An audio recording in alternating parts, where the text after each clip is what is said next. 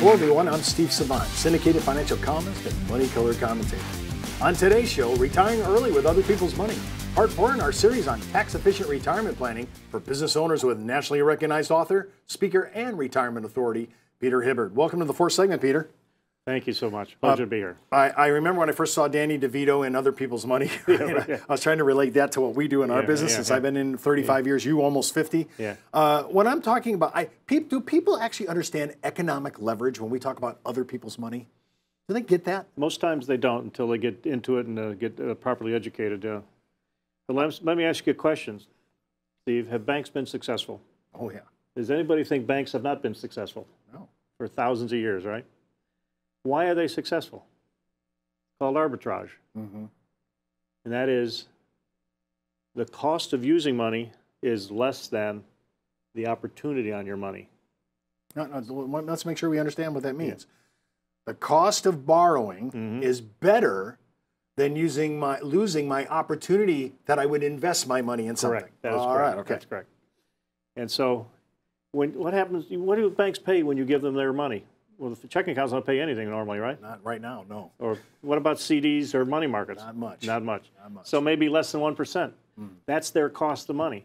Plus they get money at no cost from the government, right? What do they do with their money? They turn around and they lend you, the business owners, money to buy equipment, finance buildings and all that. And what do they charge you on that money? They charge you, let's say, greater than 5%. So from a bank's perspective, that's their opportunity. That's their arbitrage, positive arbitrage. Their cost of money is significantly less than their opportunity, what they earn on their money. And what we do is we help our clients do the same thing, to have success with managing their money by using other people's money, having less cost to the money than they have opportunity on money. But what do banks buy? You know what banks buy? Let's see. Here's a little bank called Bank of America.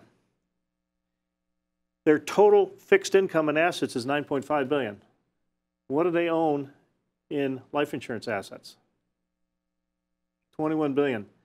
10% of their total equity capital. Why do they buy that life insurance? Because the earnings of that life insurance are greater than the earnings on their other assets. Not to mention the fact they use the death benefit to fund executive benefit programs and other things.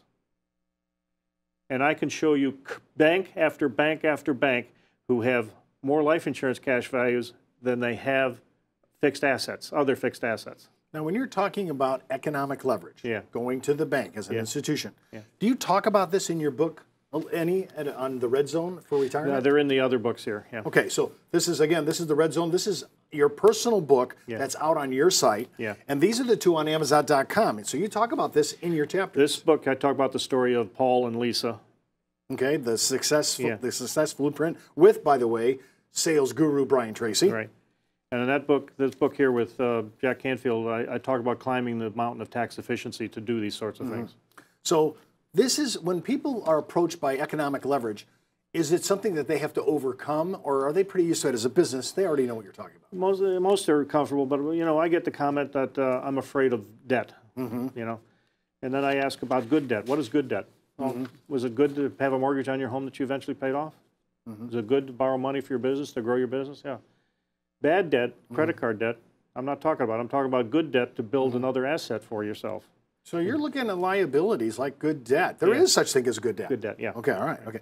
So now, all right, let's say I'm credit worthy. I have the minimum. I think you said something like $500,000. Yeah.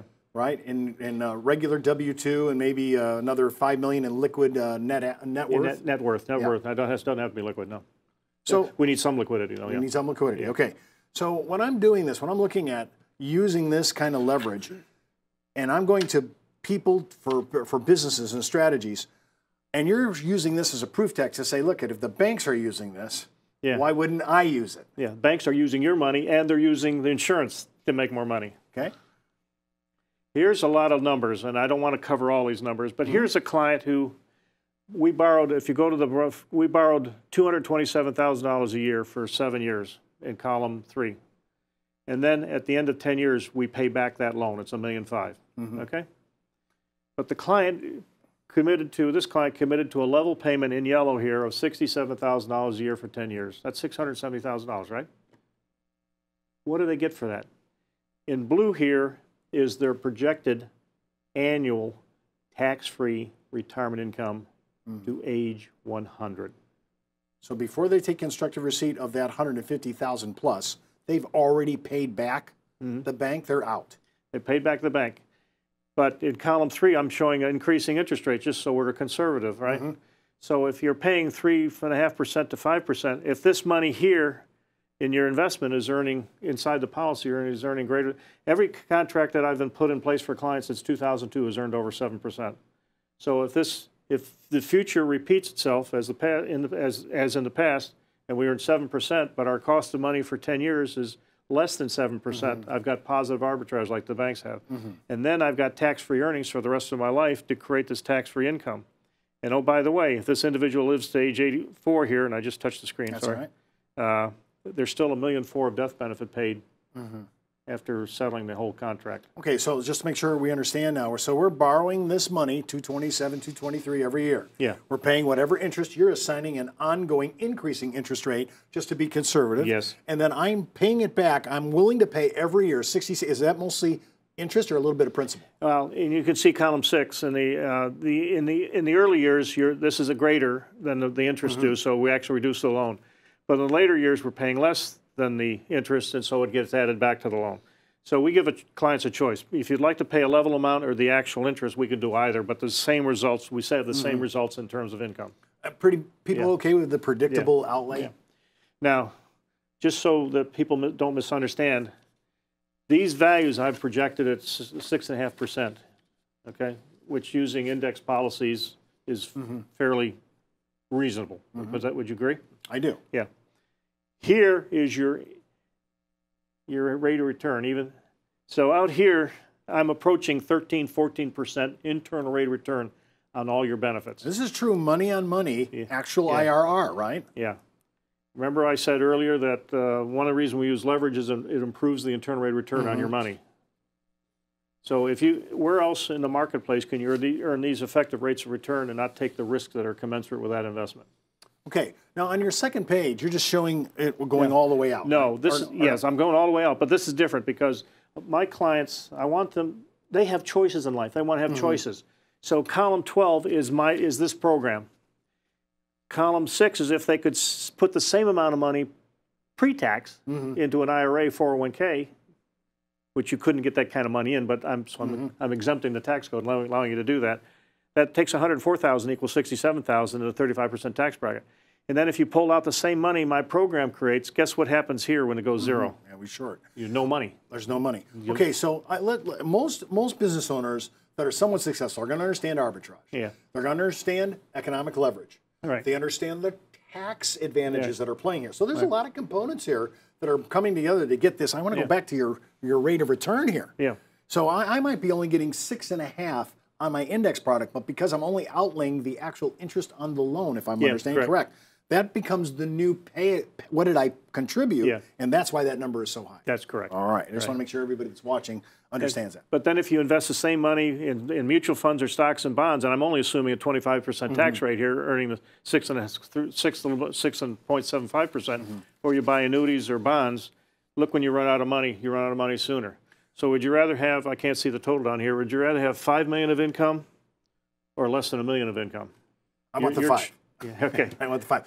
Now, what I like about this is we're combining those 3 big issues: economic leverage, tax efficiency, right? Tax efficiency, and the thing that you talked about so much on the first segment, it's the distribution effect. Now it's coming out tax-free. Right. So those key issues. I'm coming down the mountain now. I'm descending, and I'm not getting hurt. You're not getting hurt. And I'm not losing my principal. Yeah, you're not going to be a body frozen up on the mountain. Oh, I don't want that. Okay, so when I'm looking at this approach, and there's 4 different mortality chassis that have cash value. You're using indexing. I'm using index. Now, and is there any other ones you would look at, or pretty much indexing? You can use whole life, but in my personal opinion only, I think the policies are far better to be used with a strategy than whole life contracts. Well, don't forget to watch our next segment on benefit-focused defined benefit plans, part 5 of our series on tax-efficient retirement planning for business owners. And keep in mind, before moving forward with any of the ideas on the show, always check with your tax consultant, legal counsel, or financial advisor. You've been watching Steve Savant's Money.